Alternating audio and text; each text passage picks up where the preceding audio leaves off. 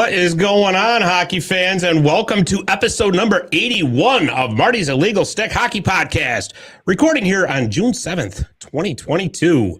We have got a very fun show, and we're promising we're going to keep it under an hour because we got a game to get to at 8 o'clock tonight. So, without going through all the small talk and all that, I'm just going to hit the ground running because, like I said, we got a great show lined up. First of all, to my immediate left is my trusty sidekick, my producer, and the man who has an actual video from his Ring camera due to last week, what we talked about with drumsticks sent from Drew. Yes. Dave the Save Warner, how are you? Great. Although now I have my video to compare to your video.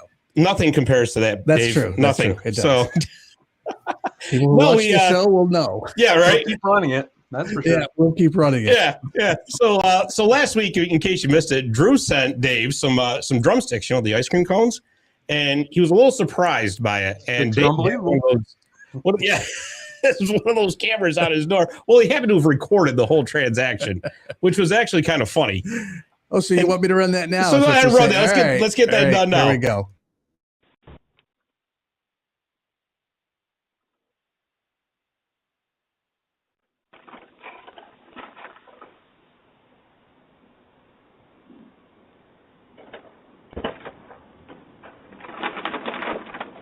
Hi, your ice cream you ordered?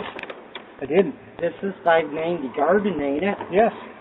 Well, somebody ordered the ice cream. Okay. I don't know who it. I don't know. All right, thank you. I'll put it in the freezer. It's 590 Garden Street. Oh, yeah. Your kitty's coming out. Well, somebody sent you ice cream. Okay, all right, thank you. Yeah. So we had to send 2 boxes because I wasn't sure if there was like a nut allergy, and the original ones have nuts on the outside. So like if you didn't have those, so we sent 2 boxes. I did. I wondered why, and the scene was my wife was just throwing stuff out of the freezer, trying to fit those 2 big boxes of ice cream in there. Because I swore they belonged to somebody else, and so it was like, okay, I got to find a spot for these because she's coming back to get these and take them where they belong. It was nuts. Well, you know what I want to know? Did you recover the cat? Yeah, I did. I stopped her. She's not an outside kid. Of course, Dave the Saves makes the save on the cat. I made the save. You saw how quick I moved, right? Exactly. And our other co-host, the man who sent the drumsticks himself, Mr. Drew Bray. What's happening, Drew? What's up, guys? It's good to see you. Absolutely. Let's talk some pucks. Let's do this. Yeah, let's do this. Sure. I want to bring our guest in. Our guest is from basically the hottest hockey website there is. Growing leaps and bounds every day. He's the editor. He's a contributor. He is pretty much everything. He is Mr. Connor Green of InsideTheRink.com. Connor, how are you? Hey, Scott. Long time no see. Been a few months since I've been on here last. Lots of things have happened since then, but I am glad to be back. You guys have the hottest show in town. Well, thank you, sir. We appreciate that. And yeah, I did fail to mention that. I mean, you've been on the show before, and of course, you're a big Bruins fan, actually. So this ought to be a real interesting dynamic with you and Drew. So it's been a bad week for me. I mean, we can bond in our mutual hate of the Penguins. Am I right? Well, typically I would say yes.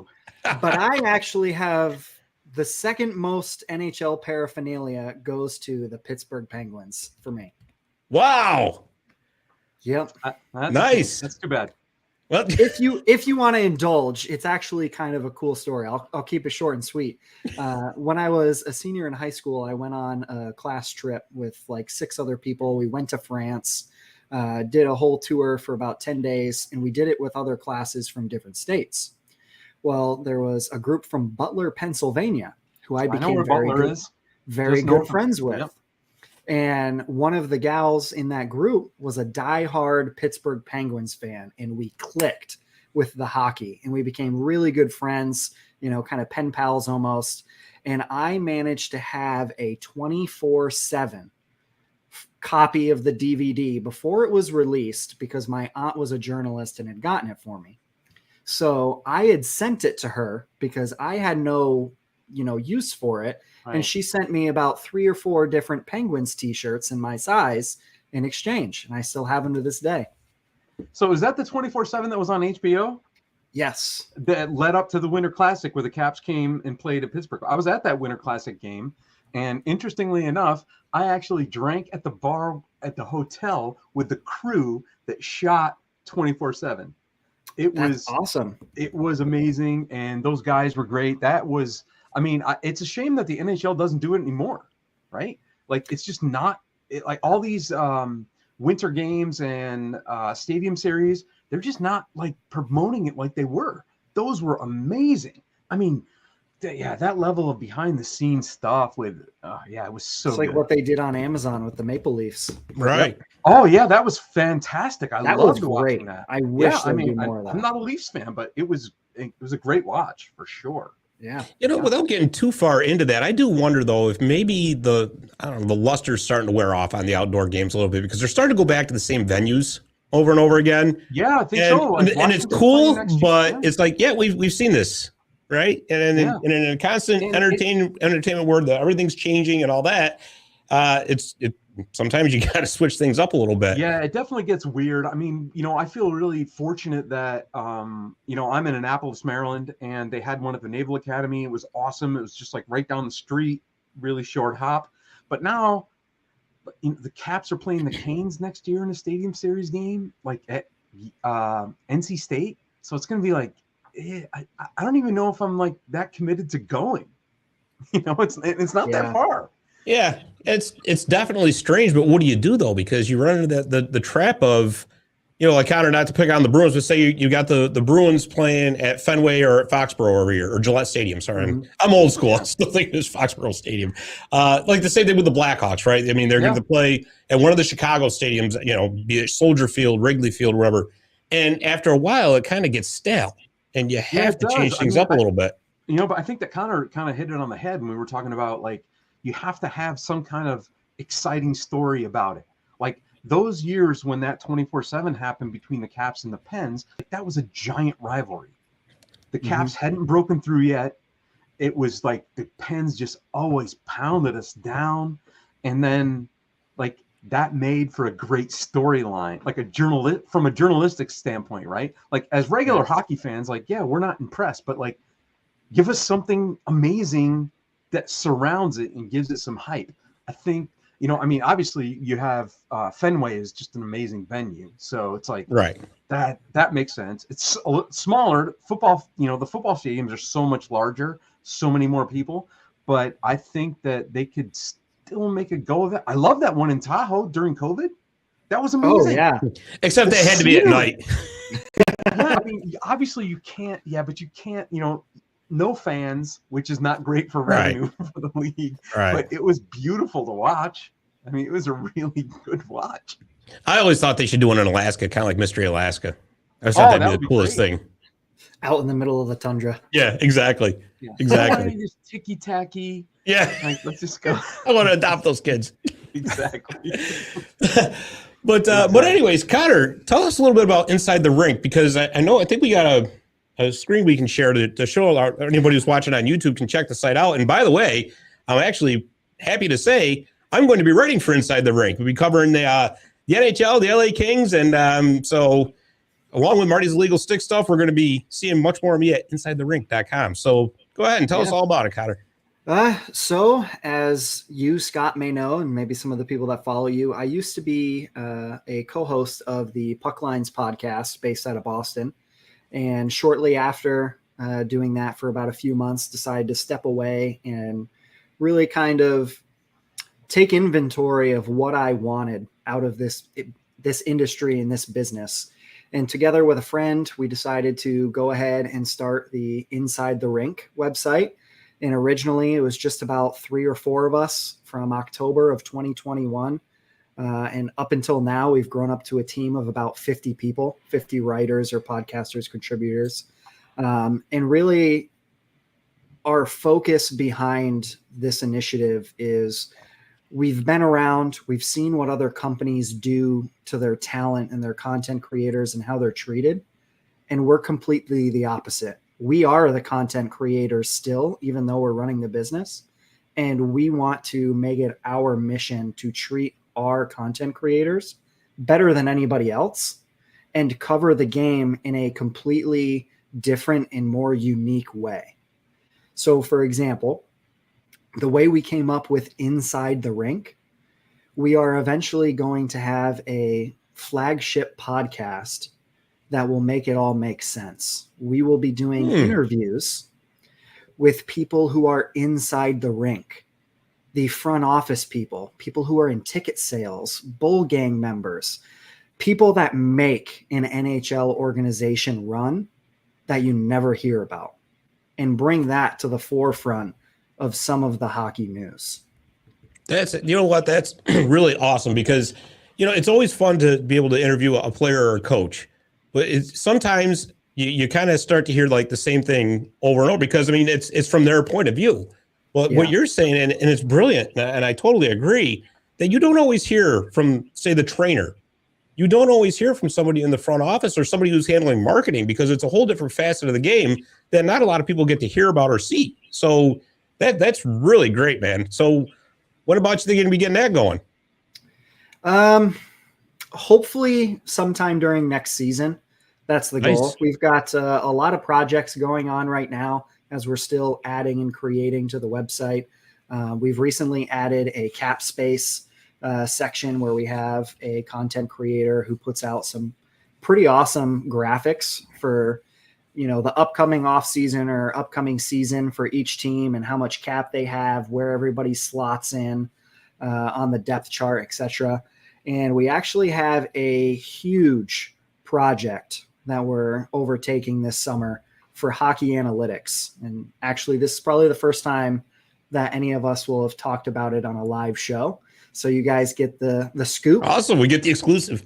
But we have a hockey analytics guru who joined the squad, and he is compiling a glossary of hockey analytics terms.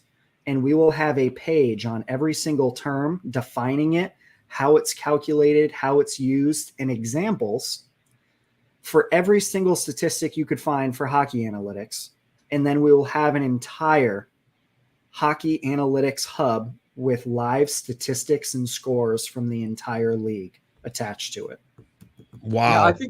Yeah, I think that's amazing, because, I think that analytics is something that people who've been around the game for a really long time, they're very much like, I'm not into analytics, but I think that that's a great idea, because I think that it makes analytics more accessible to a new fan. And I think that's super important. Like, I'm kind of in the middle on it. Like, I understand like the emotional and the compete level, like how do you calculate that? But I'm also in on analytics. Like, I think it's important, and I think that there are a lot of people that are doing it, but I think that there's a lot of people who don't understand it. And I think that's going to be great. Like, that's where I was, to be honest, when I stumbled across this guy and, gave him my vision of what I, could foresee here. A lot of it was because a lot of it I don't even understand still. It's still, gibberish to me, except for the basic analytics that are used. But the whole goal that I'm trying to bring Inside the Rink to, and kind of make it a place that every hockey fan wants, is when I go and I look and consume my hockey content, I have a website for data. I have a website for, cap friendly, and then I have a news website. Well, I want it all in one. That's what I'm trying to accomplish. Yeah, I think that's a more than reasonable goal. I think it's that's amazing. I mean, I'm certainly gonna I'll put this out on my social media feeds. I don't have a ton of followers, but I'm definitely digging it. I think it's really hey man, I appreciate it. Every little bit helps. I appreciate that. Yeah, for sure. No, and it's great too, because I think you hit the nail right on the head too. Whereas analytics, it can be very complicated, especially like guys like Drew and I were late 40s, early 50s. We grew up where the biggest analytic was plus minus. Yeah, that was it. I mean, that was the extent of it. I mean, okay, I'll give my Caps fandom once again. Jeff Schultz was a Caps defenseman who led the league in plus minus, and he was garbage. He was terrible. And I'm like, how is this guy leading the league in plus minus? Because that statistic means nothing. Like, it just happens to be. I mean, from beer league, Scott, you hop over the boards and your team scores and you're like, hey, I'm +1. Yeah, exactly. The highlight of the night. That's an easy one. Exactly. Yeah, it really just doesn't hold water, and it's kind of a bummer, but like I said, I really enjoy I enjoy reading the advanced statistics, and I think that there's so many fans that don't understand them. So having a page that specifically spells out what this really means, right? These guys are on ice. This is how many chances they get when they're on the ice. This is how many chances against that happen. Like, I think that spelling those things out for even, I want to say, I don't want to say just new fans, because it's not, because the statistics are so new that I think even old fans really will benefit by understanding what these analytics go to. And, the announcers, they come down very hardcore on one side or the other. Always, right? And I think that just laying it out so that you can make an informed decision if you think that that's what it is. I think that congratulations, Connor. That's going to be a great site. I cannot wait. I cannot wait to read it and take in that content. And it's going to be great. It's going to be awesome. It is. It is really, really an awesome site, and I highly recommend that to anybody who's at any level of a hockey fan too. Whether you're just a casual hockey fan, or if you're just eat, breathe, sleep hockey like most of us do. Yeah, because Connor's right. Like I'm the same way. Like I'm like compiling a bunch of Twitter feeds to get all that stuff. Right. You know what I mean? Like I want all the analytics. I want the news. I want all that stuff. And what am I doing? I'm just making Twitter group so I can find it on 50 different websites instead of just one. It's awesome. Oh man, yeah, exactly. So absolutely great for you. And you guys have an app too, don't you? Yes, we do. We are on the Apple Store and any Android App Store, Play Store, whatever that's called. Apple Beautiful. User. Sorry. Yeah, no, believe me. Google Play Store. Yeah. Google Listen, Play Store. don't feel bad, because Dave gets aggravated with me because, like I said, the extent of my computer knowledge is about a Commodore 64. So don't feel bad. It's okay. Yep. So, we still got some hockey going on, and none of our teams are still in it. So I guess we can take an unflinching, unbiased look at the series, I guess. Let's talk about the Eastern Conference first, since that's going to be starting back up at 8:00 tonight. The Tampa Bay Lightning and the New York Rangers. So, of course, everybody knows the Rangers were dominant at home, winning those two games. Quite frankly, surprised me. I was expecting maybe a game one, say a rusty game from Tampa Bay, given they were off for so long. I really thought they would look better in game two. They didn't, to be perfectly honest with you. I mean, the score was 3-2. That certainly didn't reflect the game at all. And so Sunday afternoon, Amalie Arena in Tampa Bay was the site for game 3, where honestly Tampa Bay had their backs to the wall and they did pull off the win, but they didn't really dominate the Rangers at all. So here we are going into game 4, and now reports are saying that Ryan Strome is returning to the Rangers lineup. Guys, what do you see going into game 4 tonight? Is Tampa Bay going to tie this series up before we go back to MSG, or are the Rangers going to put a stranglehold on this one? Well, I'm sticking with the guns, and I would have bet this when they were down 2-0. We've said it before, even on this podcast, is if you want to be the man, you got to beat the man. Right? And I just don't think that I just don't. I mean, Shesterkin's definitely keeping them in it, right? He is playing as well or better than Vasilevsky, which is amazing. That is in and of itself an amazing accomplishment. But let's look at that game. So from Sunday, right? So the Rangers go up 2-0, right? They're in cruise control. Like, it's the playoffs. I'm not giving up 3 unanswered. But then you look at the way that it happened, and it's funny that you bring up the Strome situation. And I've been reading that they say he's coming back, but we all know that was a groin injury. Like, you saw it. Like, the way that he went down and held his thing, and that is a nagging industry. If Strome does come back, he's going to be a very different player. We can talk about Burrow, too, blocking the shot and taking a bad puck. I would say that's your difference between hurt and injured. right? I think Strome is injured. And I think even if he does come back and play, he's not going to be the same player. But the way Tampa has also figured out how to beat, well, not Tampa, some of their players have figured out to beat how to beat Shesterkin, right?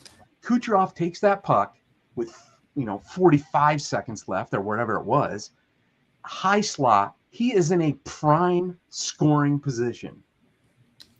Shesterkin pushes out, is very aggressive, which is what is keeping him going. Like, that's why he's such a good goaltender, is because he's aggressive. And Kucherov has the veteran playoff sense to donk it off to Andre Palat, who just beats him short side. And Shesterkin was moving in that direction. He just couldn't get to the post. Palat makes a great shot, receives the thing, but I think that kind of playoff experience that you saw from Kucherov right there, I think that's going to be the difference in this series. I think the Rangers are out kicking the coverage and they're playing great, but I still think Tampa does it and we'll put them away. I think again, great to watch, but I just think I just don't think the Rangers have in the tank what it takes to knock off the champs. And it's really tough. How about you, Connor? Well, you talk about wanting to be the man, you got to be the man. Well, Shesterkin is the man now. Yep. He is outplaying Andre Vasilevsky, which nobody really anticipated. Rangers fans obviously hoped for. The sticking point for me, because the Rangers have the advantage right now, is you need to play 2 shutdown periods of hockey, and then Kucherov is going to let you win this series. I've already seen it in the first 3 games. His frustration was showing. He's given the slashes after the whistle, the extra barking, and everybody knows where that heads. So if the Rangers can come out tonight and play 2 solid periods and pot a couple goals when they have the opportunities, Kucherov is going to get frustrated and he's going to take a stupid penalty, and he's going to make or break this series for the Lightning, especially without Braden Point. Now, as far as Ryan Strome goes, sounds like he's healthy. It also sounds like Sammy Blais is getting healthy and about to make a return. And if Strome is injured, the only thing I have to combat he might be too injured to be worth it, Leon Dreissitel. He was hurt for the entire playoffs, and he was an absolute animal. He just had to find his way and how to be successful despite the injury. He did that, and he did it well. I think Strome can do the same thing. They have enough depth in that Rangers lineup where he doesn't have to play up the middle if he can't do it, which if it's a groin, being a center, it's probably going to affect him quite a bit. I think they have the ability to overcome that type of injury. Yeah, honestly, if you put me on a line with Connor McDavid, I could probably do at least 15. I might not do 30 points in the playoffs like both of those guys did, and that's pretty amazing. But yeah, those groin injuries, man, it is just difficult to kick. And I don't know what the science is between like freezing it or giving them shots or painkillers. It's really, really tough. And I felt that in that game, that was the turning point, was that halfway through the 3rd period when Strome went off, that Tampa Bay turned it on. And I'll tell you who I think is the difference maker for Tampa Bay is Alex Killorn. He skated exactly by Trouba, like Trouba was standing in mud at one point in the 3rd. And he didn't score, but I was like, whoa, where did this guy come from? And that's just the depth. That just speaks to the depth that the Lightning have and the experience. But Scott made a point last week that they've also played a lot of hockey in the last 2.5 years. A lot. And so, going deep, it's tough. And it's still maybe a toss-up, but man. That was, I'm glad you brought that up because I just want to go back to the goaltending real quick. Number one, it was kind of funny to see Igor Shesterkin beat Corey Perry at his own game. because that was the flop of all flops. I mean, that was WWE sell job right there, but he got the penalty, so it is what it is. That's all that counts. Exactly, whatever works, right? But, you know, the Tampa Bay Lightning have played more hockey than any other team over the past 3 seasons.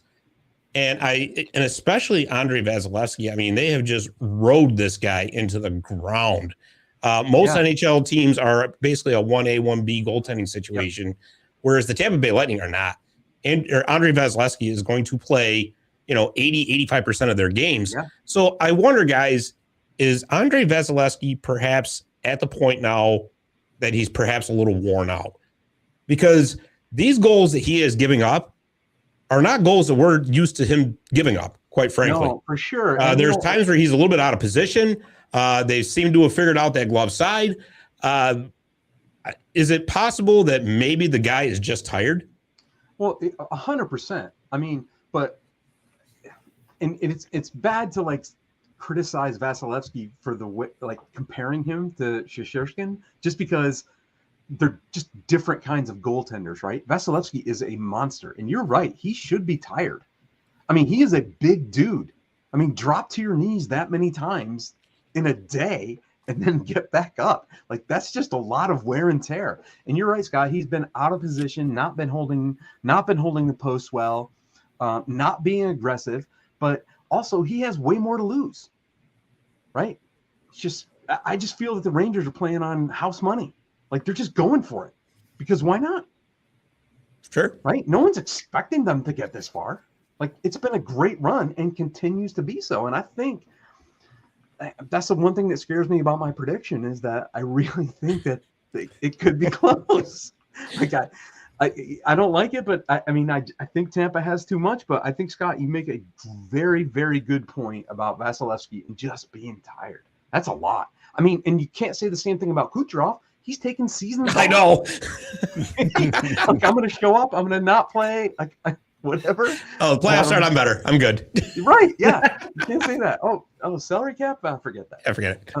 It doesn't matter. But Vasilevsky's a big human. I mean, that's a big dude.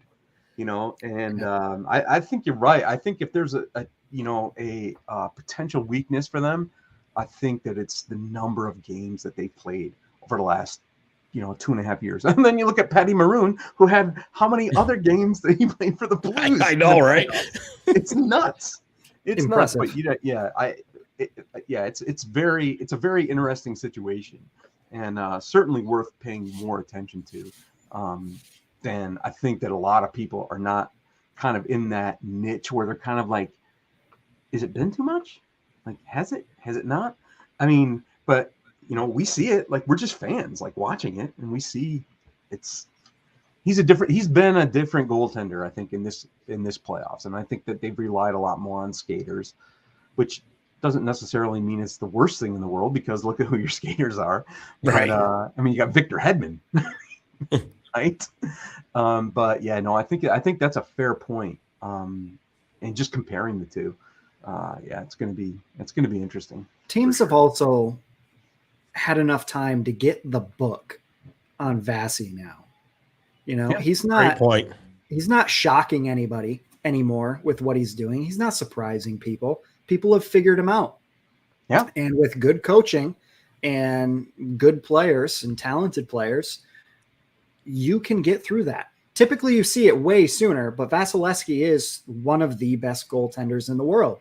So he's been able to stay at a peak for so long. Typically a goaltender comes in and is a rookie and they have 1, 2, or 3 really amazing years, and then it falls right off the cliff because people have that book. They know where to shoot on the goalie. They know where to position themselves because you can't move in that direction quick enough. You've seen it with the likes of Carter Hart, Matt Murray, Jordan Bennington. They've all taken a huge dive in their productivity and their success.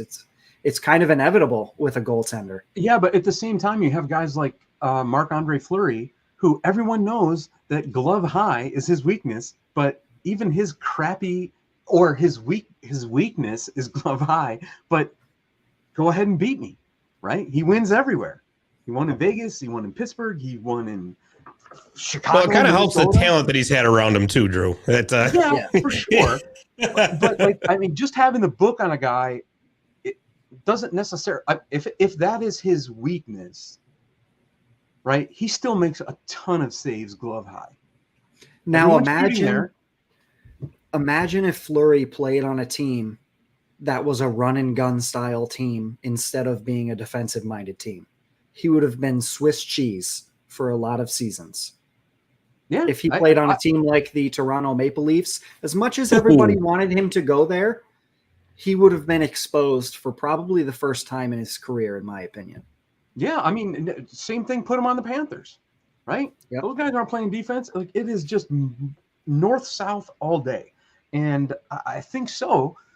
But he's still a really good goalie, and I hate to say that as a Caps fan, right? It pains me, and I think that Vasilevsky's probably in that same family of like really super talented goaltenders.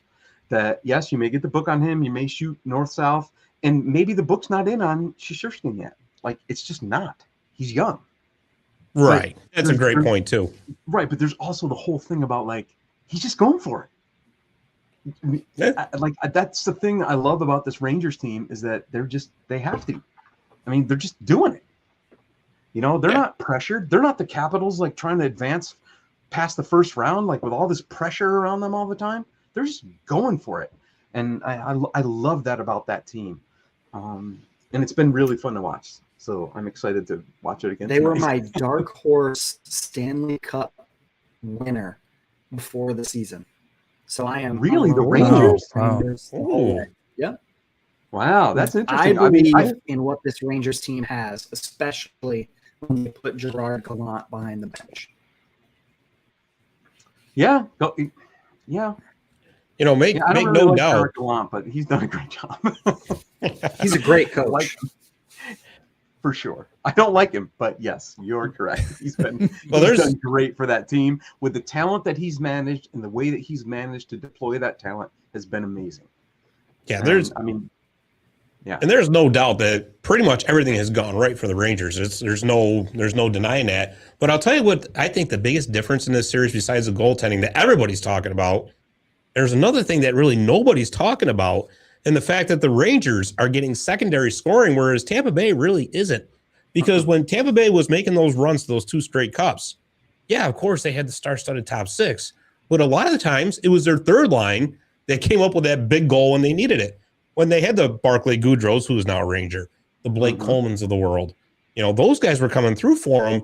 And now it doesn't seem like I know, like Brandon Hagel really hasn't been what they wanted and given up, 2 first-round picks for him. Or Connor, you may make a great point. And you say Braden Point's been out, so I mean that hurts. That really does. Yeah. But every team gets hit with injuries, and you got to overcome them. I mean, there's just no denying that. Yeah, I mean, but then to that exact point, I mean, look who had the game winner, Palat, 7th rounder, right? 7th right, but he's also in their top 6. Yeah, but probably not deservedly so, based on regular season production. Yeah. But I mean that's a great play, and I think that one of the things that we talk about a lot with, especially against a really hot goaltender, what do you talk about? You talk about traffic. I don't think Tampa Bay is getting enough traffic in front, and I think that that's the thing that Kucherov recognized by moving the puck from a high scoring area to another high scoring area, but everybody was going to Kuch. I mean, you go to high slot. Less than a minute to go, like everybody's going to him. And I think that that's how you bring in a little bit of that level of secondary scoring is, you want money, you go to the bank. You want bread, you go to the bakery. You want goals, you go to the net. And I think that's going to be Tampa's recipe going forward. I think they're going to be all up in the crease. Like it has to be. Right? Well, I got to tell you, Drew. I got to tell you, I thought of you Sunday when Stamkos hammered that one-timer where you were talking about how he basically invented the office for Ovi. And I do got to tell you guys something that Dave reminded me after we went off the air last week, that he wanted to say that the Rangers were going to be his pick for the series, but I didn't ask him. So you didn't really ask any of us. I'll give you the benefit of the doubt. No. If they I would have picked Tampa and I would have said in 7. If they won the first 2 games in MSG, right? No, I would have said in 7. Okay. But yeah. And of course, Colorado, well, I got to tell them you, all along. That's actually a great segue right there. Let's talk about that series since it's over. There's really not much more to talk about. Yeah. The Colorado Avalanche, pretty much in dominating fashion, have just last night swept the Edmonton Oilers 4-0. I honestly thought that series was going to go a lot longer. Very exciting series, no doubt about it. But Connor, I want to ask you, was it a matter of the Avalanche being that good or the Oilers being that bad, or maybe a little bit of both? I think it was definitely the Oilers being that bad. To be honest with you, I am completely anti-Avalanche as far as how good this team is. I don't have anything against the players or coaching, anything like that, but I don't buy into the hype. For me, it's the same thing as the Toronto Maple Leafs. Yeah, you have some really star-studded players in your lineup, but your goaltending still leaves me with questions. And I can't believe in you when I can't believe in your goaltending. Like, that's what I love about this Eastern Conference final. I truly believe that the Stanley Cup winner is going to come out of that series. It's not going to matter what Colorado just did or has done in the playoffs, because you're going to run into a brick wall. That being said, Leon Dreissitel was a shell of himself. They finally figured out Connor McDavid and how to shut him down from carrying the team on his back. And Mike Smith showed who he was in Arizona. He was the old Mike Smith again. And, I mean, to be honest with you, that's on Holland. He knew that he had a problem in goaltending, and if he could fix that, he had a legitimate chance to go for a cup. They added Evander Kane, who was phenomenal for the team, regardless of how you feel about him off the ice. On the ice, the guy is a performer. And then you did nothing for the goaltending. And I think he needs to be probably not fired, obviously, but at least some bit of held accountable. Like, somebody needs to sit him down and say, look, this is not working. This needs to change. Yeah, no doubt about it. And, I will also take that one step further, actually. You're right. Evander Kane was an absolute beast on the ice. But here's the fact of the matter. The Oilers did not need him. Scoring goals is not their problem. But if you look at it, Darnell Nurse, I think, honestly, got exposed a little bit in this series. He really did. There's no denying that. And then once you get past Nurse, what do you got? Tyson Barrie? He's going to carry your... Statistically, was one of their best defensemen. And that's kind of scary. So far. He's, 38? So, but he's been there. He's done that. He's been the man. He knows how to be the man. You're right. You're absolutely right. But is he going to give you 25 minutes a night anymore when you really need it? Not. That's the problem right there. And you're right. What was Ken Holland thinking? Even going into last season, they knew that combination of Mike Smith and Mikko Koskinen was not going to take them anywhere. They had to know that. How do you not address that in the offseason? When there were actually goalies available, too. There were. Yeah. And they did nothing. Fleury, even, right? And here's the thing. I think that Edmonton systemically has always struggled with this, right? They were so bad for so long that they would get these incredibly high draft picks. I mean, you look at Taylor Hall, how he's flourished since he's left Edmonton. I mean, obviously, Connor knows because he's a Bees fan, but for whatever reason, it's like you can't just play, I'm going to take the top guys and, I'm going to do vertical crossovers up the ice and put up highlight reel goals every single night. But to win a playoff series, I mean, 2 games over 10 goals in the playoffs, like, that's ridiculous. Like, that is not a recipe to win a Stanley Cup, is to count on that fact. And I think that Edmonton would probably have been better in the Eastern Conference, because you know what a great series would be? Edmonton and Florida. But you know what it wouldn't be? A defensive battle on any level at all. Like, they're just going north-south and doing it. But Scott, like we talked about, like when I think my first time that I came on the podcast, I had just watched my first Avalanche game of the season, which was against the Caps, that the Caps won like way back in April. And I was like, wow, that team is good. Even though my team won, I was super impressed. Like, obviously, Makar had 5 points last night. Like, that's ridiculous. They are really good. And I think that, you have guys on there that you don't really think about. I mean, obviously, you have McKinnon, but Burakovsky, like, former Capital, like, the kid can play. Like, you're going that deep. And, I mean, he's coming off an injury, but still, that team is so talented. I mean, they've been my pick since before the playoffs. Like, I just thought that they have enough. And I think that no matter who comes out of the East, goaltending or not, I think Colorado just has too much speed, too much firepower. Well, here's the thing too. Darcy Kemper should be back by the finals. He was actually backing up last night. And Darcy Kemper isn't exactly a household name, but I followed the Western Conference for obviously a long time being a Kings fan. And Darcy Kemper is not an elite goaltender, but he's a good goaltender. And I don't know. Obviously, he's not very playoff experienced either. Having spent a lot of time in Arizona, you don't, unless you consider watching TV, playoff experience. So that's going to be interesting to see how he reacts, obviously making it into the finals. But Colorado's speed can also cover up a lot of mistakes. Yeah. And Connor, you said, obviously, Leon Dreissitel was not himself at all. And you're absolutely right. There's and anybody who's a casual fan of hockey could watch it and just see it, that he was laboring every time he was on the ice. Right. But let's just take Dreissitel and say, all right, let's say it's a healthy Dreissitel. Maybe they don't get swept, but they still get beaten. Yeah, I agree. Right? But they probably push it to 5 or 6 games. Yeah, I would have guessed 5 or 6. Yep. But the one thing we're forgetting now too is, how is Nazem Kadri being out going to affect the Avalanche? Because even though they're probably going to have a pretty long layoff, he left the game the other night with a cast on his hand. Yeah, they said cast on a hand. He's been ruled out for the remainder of the postseason. That's what I mean. So cast on a hand equals done. Yeah.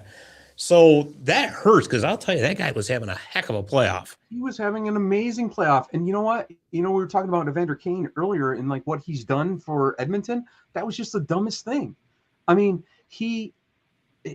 if anything, he invigorated Colorado to win. And Kane was going at it the entire series, chirping between the benches. And I like that kind of play. I really do. And I think that it's awesome. You're trying to get in people's heads. You're trying to play them out. But then, I mean, you look at it and like, here's the numbers clear as day. It's the same numbers that you have on your jersey. And he was not playing the puck at all. He was just going. And I don't think that he intended to hurt him. But I did think, I mean, you lay the lumber. Like, it's the playoffs. Like, I think that's what he was trying to do. And I think that he was playing a little bit too close to the edge. And I think that that's where he felt his game needed to be. Even though I don't think that he was, like, again, not trying to grab a penalty, not trying to hurt him. But I think he wanted to be like, hey, we're here to play. We're going hard. You're going to get it. Don't go into the corner with me. And Nazem Kadri should know that. Yeah, I know, right? Yeah. Being who he is, exactly, that he's done. That hit was almost identical to what he did to Jake DeBrusk, and I believe it was 2013. Exactly. Great call, Connor. Perfect analogy, because that is exactly who Kadri was when he played for Toronto. I don't think that he's been that player in Colorado, but yeah, it's the identical hit. I mean, it just is. And Kadri's done it a number of times. Some for disciplinary stuff, some for not, but that's the game he plays. And yeah, he probably should have kept his head up. You have to know who's on the ice. I mean, ultimately. And ideally, that could cost the Avalanche a Stanley Cup. Because now if you look at it, your next center in your depth chart is, I believe, Burakovsky. Yeah. Yeah, and then Alex Newhook was a rookie. Now, if you're the Rangers or the Lightning, you can just have one shutdown line, play against the McKinnon line, and load up all your best players to neutralize them out. And then I believe that the Rangers will win the depth battle because of Nazem Kadri not being available. Yeah, I mean, like I said, I mean, I love Burakovsky. He won the cup with the Caps, but he's not this. He's a very different kind of player than Nazem Kadri, right? He grew up. He was playing at Erie for the Otters with Connor McDavid. He's a slick skating, stick handling, get to the scoring area guy, but he's not going into the corners, man. That's just not his game. Right. And he doesn't like to be in front of the net either, right? That's just not who he is. I mean, it's not really who the Avalanche are. No, you're right. Not at all. Exactly. I mean, Sakic went out and tried to address that by getting, Arturi Lehkonen, who will play more defensively, Josh Manson, who will give you some rough and tough defensive minutes. And everybody else, there's really, I mean, they're big bodies as far as Rantanen, McKinnon, Landeskog. Yeah, they're big bodies, but they're not ready for the heavy forechecking game that the Lightning or the Rangers or most of the Eastern Conference teams do. It's like back in the day when Scott was a happy Kings fan in the rough and tough Los Angeles in the Western Conference swapped. And now the Western Conference is more high flying, where the East is finally getting to the rough and tumble. Exactly. Yeah, I mean, I think that with Colorado's case, it's really interesting because, like, I think they have the speed that Florida has, but they also play enough of a physical game. And like Scott said, if Kemper comes back and is able to just be a mediocre backstop, like, I think that it's going to be like, I mean, I love watching that Colorado team. I just do. I don't know what it is. Maybe it's just Makar, because the way that kid skates is just bananas. What a series he had too. Game sense, like, he makes smart plays that I think a lot of even veteran defensemen won't make, right? Like, just dumping the puck when you have to dump it, not forcing a play. Like, it's really, really been fun to watch. And I don't know. Again, it's the same thing as the goalie battle, right? If you know that the guy's glove side high weak, he still may be the better glove side high guy than half the league of goaltenders. You know what I mean? So it's like, I think Colorado plays a different game than Florida. It is speed based, and Burakovsky fits right into that equation too. But yeah, I mean, 2 sweeps in the playoffs, that's bananas. Right? 2 sweeps in 3 series. Yeah, no doubt. But I'll tell you what, you know who the real winner out of all this is the National Hockey League. Because regardless of who wins the Rangers Tampa Bay series, what a storyline you have going into the Stanley Cup final, right? Colorado, the rising power out of the West. The Rangers are the potential rising power out of the East, or if Tampa Bay wins, you got to knock off the champs to take the crown. It's been amazing. And really 3 exciting teams too. That's the thing. And I think that TNT and ESPN has done a great job of moving those West Coast games up to 8:00. Thank goodness. West Coast time. Yeah. I mean, I watched them. Like, you know how many Kings games I saw this year? 0. You didn't even DVR them. I can't believe it. Exactly. And I think that moving those games up into a more of a primetime slot has been great for the league. And they've been great games. I mean, you don't want to, like I said, you don't want to see a 14-goal game and an 11-goal game, but if you're a casual fan, like, that's pretty fun to watch. Which is what they're trying to draw in. Pretty fun to watch. Trying to draw. Right. Yeah, for sure. Pretty cool. Well, I'll tell you what, guys, we're going to take a commercial break. And before I go to that commercial, we're going to do a little breakaway trivia. And it's going to be real simple. And because Connor's here and I know how much of a Bruins fan is, we got a Bruins-based breakaway trivia today. Oh. The only thing I want to know is, what year did the Boston Bruins come into the NHL? The answer when we come back. Visit My Little Falls and stay connected with the latest news, information, and events in the city and the area. Our mission is to generate interest in the community and connect residents in a more meaningful way by facilitating deeper conversations about how these stories will shape the future of the Mohawk Valley. Join thousands of weekly visitors who stay up to date with feature stories, interviews, videos, our event calendar, and print publication, the Mohawk Valley Express. It's about timely local news for the community, keeping citizens informed about important issues, telling about the people who live and work here, and giving locally owned businesses the opportunity to reach a very targeted audience of locals and tourists alike. It's a whole new form of media-rich content developed specifically for today's mobile lifestyle and listeners. You can download our iOS app in the iTunes Store, listen to our country music streaming radio station, or sign up for a weekly newsletter. Stop by today at mybuttafalls.com. You'll be glad you did.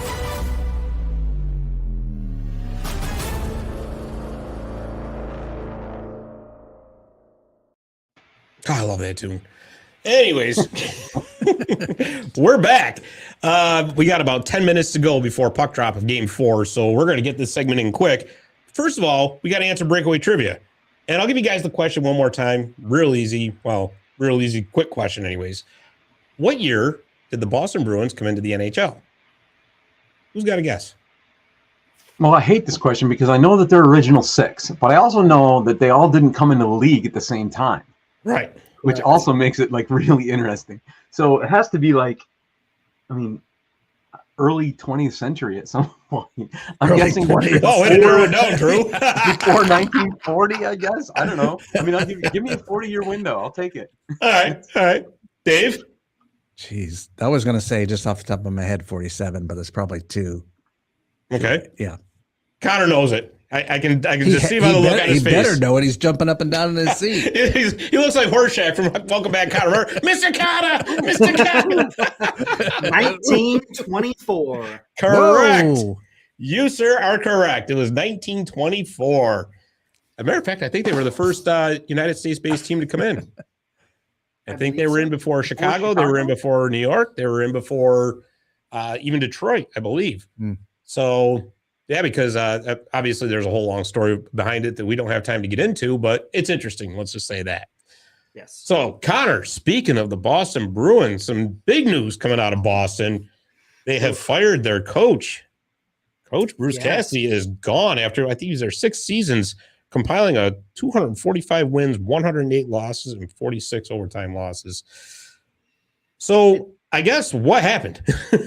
Well, from everything that I've seen and what I know behind the scenes, when Cam Neely did his end of year presser, he kind of pushed it onto Don Sweeney when he was asked about the coaching staff. He kind of hemmed and hawed about it. And he said, that's Don's decision. He passed the buck, but he did not come out and say, Bruce Cassidy is our coach. We've made the playoffs every year under his tutelage. Bruce is our guy. He did not say that. So the offseason started. They had some meetings behind closed doors, and they gave Bruce Cassidy the control to fire one of his associate coaches, which he did, which led everybody to believe Bruce is coming back. Then they turn around and fire Bruce Cassidy. Well, here's something else that's really funny.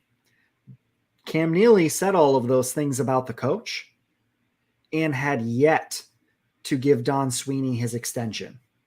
The feeling behind the scenes is that Cam basically forced Sweeney's hand to fire Cassidy, or he was not going to be renewed as well, and they were going to get rid of the coach and general manager. Ooh. So in other words, like a crap rolls downhill kind of thing. Blackmail. Yes. Pretty much. Yeah. That's interesting. And I will tell you, being in that market so heavily, Bruins fans are losing their minds right now. The general consensus is everybody wants Sweeney out and Cassidy to have stayed. So I got a question for you. And it's, obviously, how rumors get flying around on Twitter, stuff like that. Yep. I was reading a couple weeks ago, this is before he was fired and all that perhaps the players weren't so happy with him anymore. Apparently there was there was some control issues. They were maybe a little heavy-handedness. Is there any truth to that at all that you know of, or is that 100%. Just, again, rumor mill? 100% confirmed that was the case behind closed doors. There's been some ex-NHLers who have come out in their own podcasts and voiced that players are disgruntled with the way that Cassidy handles things. David Backes himself has come out publicly and, talked poorly about Cassidy and how he handles the team. The feeling is David Krejci didn't retire, but didn't come back to the Bruins because of Bruce Cassidy. And while he was playing in Czechia, made a comment about how David Pastrnak spent most of the year on the second line, but while he was there, Bruce Cassidy never allowed it. And 100%, whether it'll be confirmed or not publicly, Jake DeBrusk's trade request was because of Bruce Cassidy. Ooh. Very interesting. Bruce Cassidy was horrible to DeBrusk in his development, played him in awful scenarios, moved him around a ton, and rips him in the press constantly. Man. So that was a bridge that was not going to be repaired. And now Bruins Nation is all hot and bothered with, well, if we have to lose Cassidy, we're probably going to get Krejci back next year, potentially. And DeBrusk is most likely going to rescind his trade request, I would assume. Wow. That's interesting to say the least. But here's like in today's, not just the NHL, but I mean, all sports in general, you simply can't coach that hard-nosed old school all the time anymore. It just doesn't work. The world has moved past that. Yeah, but you also can't be just like a player's coach, right? Right. You got to find that medium. You at some point over time, and I mean, you can't argue with Cassidy's success, right? 6 years he's had amazing lineups. He always makes the playoffs, and he's gone through people. I mean, I would even say Rask, same thing, right? Up and down, but Cassidy's got to manage these guys. Right? He's got to manage the egos. He's got to either be hard-nosed or a player's coach. Eventually, I think most coaches lose the room. And I've seen a ton here in Washington. Like, I love Bruce Boudreau. Loved him. But eventually, you just lose the room. And it may not be your superstars that are the ones that are complaining, right? Because they're probably having a go, right? Why not? They just show up at the rink, go out and skate. Sucks that you're losing, but you still have a go. And I think that Cassidy's time just kind of wore out. If I were a Bruins fan, Connor, I would be more concerned about who is coming in to replace Cassidy. Right? Yeah, to be honest with you, that doesn't matter right now. Because if Patrice Bergeron doesn't come back, if Bergeron doesn't come back, doesn't matter.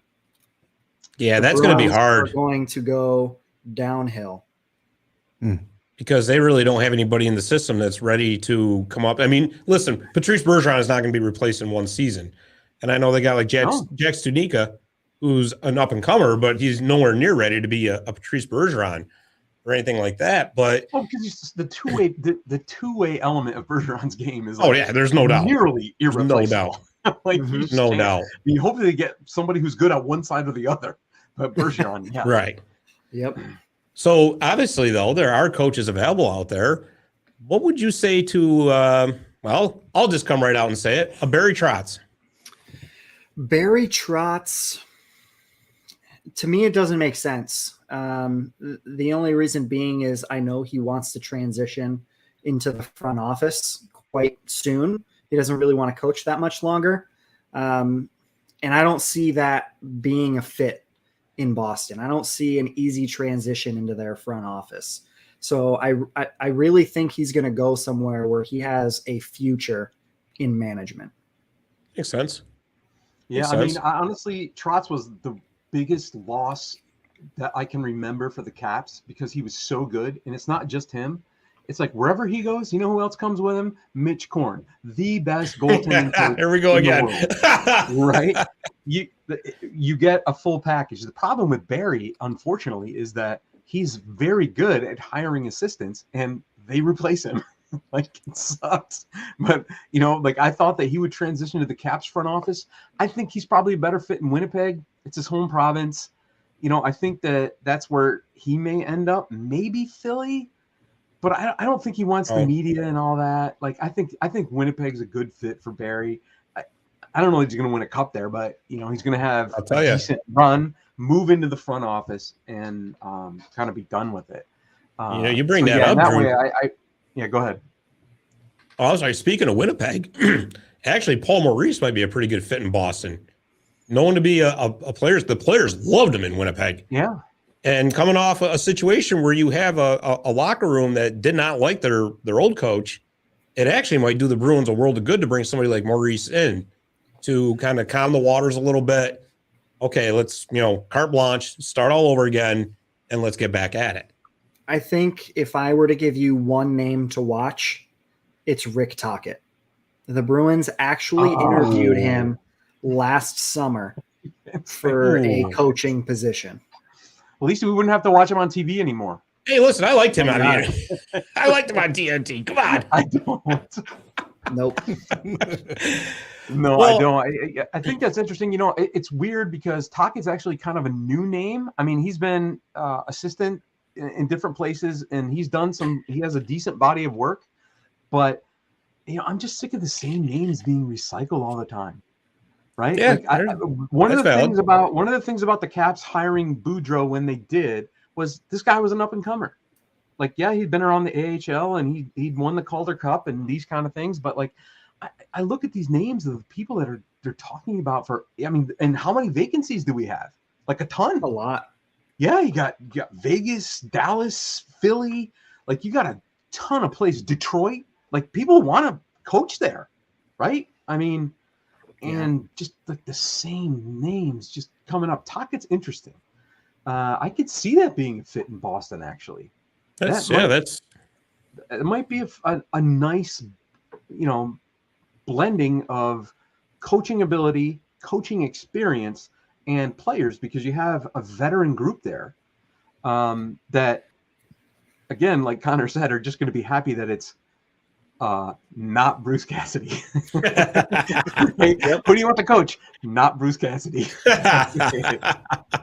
And I mean, I didn't want Bruce coaching the Caps. That was his first gig. I'm like, who is this guy? He's like 25 years old. Well, guys, I got to tell you something. It's 8:00 here in the East, so that means the Rangers and the Lightning are going to be coming on at any minute. So we're going to close out here. Connor, tell us one more time about Inside the Rink, where we can find them on social medias, everything. Yeah, you can find us at InsideTheRink.com. You can find us on Facebook. Just search Inside the Rink. We have a wonderful full Facebook page. On Twitter, it's inside_the_rink. Everything we post, we have some funny memes that we post on there every now and again. We have a podcast network with about 7 shows and, of course, about 40 writers pumping out content every day. And if you really love us, you can download that wonderful app on your phone and see our lovely writing at ease. Nice. Very nice. And I tell you, like I said, casual fan or just totally in love with the game, check out InsideTheRink.com because it's got something for everybody. Well, Connor, thank you for taking the time to come on the show. We really appreciate it. And you will have to come back on and do an award show with us or something because this is just too much fun. Absolutely. Anytime. I would love to come on. You guys are great. And thank you for having me again. All right, man. Sounds good. Thanks a million. Appreciate it. All right, everybody. That was Connor Green from InsideTheRink.com. And we are going to close out because I want to go watch some hockey. I know Drew wants to go watch some hockey. Dave's going to watch the first period. So, so bad. For Connor Green, for Drew Bray, for Dave the Save Warner, I'm Scott Kimball. Thanks for listening. We will see you next week on Marty's Illegal Stick Hockey Podcast.